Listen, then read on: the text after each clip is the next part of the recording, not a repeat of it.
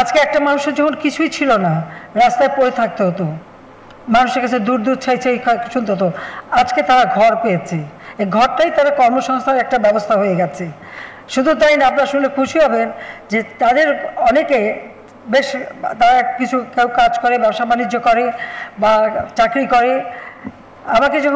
আমি যখন এটা ভিডিও কনফারেন্সিংয়ে উদ্বোধন করি, আমাকে যখন একজন বললেন যে আপা আমি একটা সেকেন্ড হ্যান্ড রেফ্রিজারেটর পেয়েছি, আমি কিনে নিয়েছি।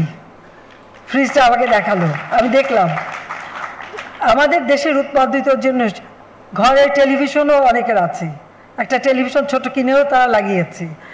এই যে মানুষটা একেবারে রাস্তায় পড়া, তার কোনো এক পয়সা কামাই করা বা একটা থাকার জায়গা ছিল না, তাকে কিন্তু এইভাবে আমরা সহযোগিতা করেছি।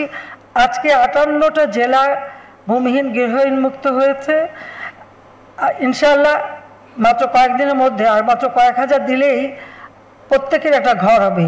আর ঘর হওয়া মানে কি, আপনাদের উৎপাদিত পণ্য বাজারজাত করারও একটা সুযোগ সৃষ্টি হয়ে যায়। এবং গ্রামে রাস্তাঘাট, বিদ্যুৎ, সব ঘরে ঘরে বিদ্যুৎ সবই আমরা করে দিচ্ছি এই কারণে যে উন্নয়নটা যেন সকলের হয়, সকলের না হলে তো হবে না।